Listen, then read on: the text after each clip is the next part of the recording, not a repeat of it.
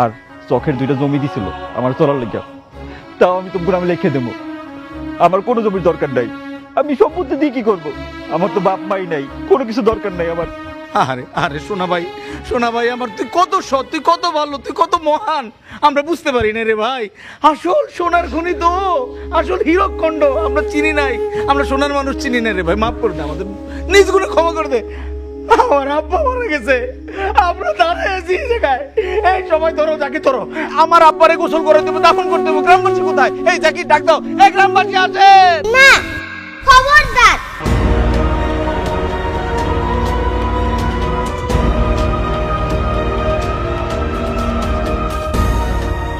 খবরদার, তোমরা কেউ দাদুর লাশ ধরবা না। রূপকথা, তোমার খুব সাহস বেড়েছে না?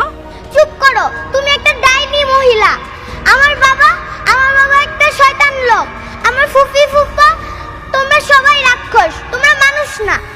মামুনি, এইসব কথা বলতে নাই। না চাচু, এইসব বলতে হবে।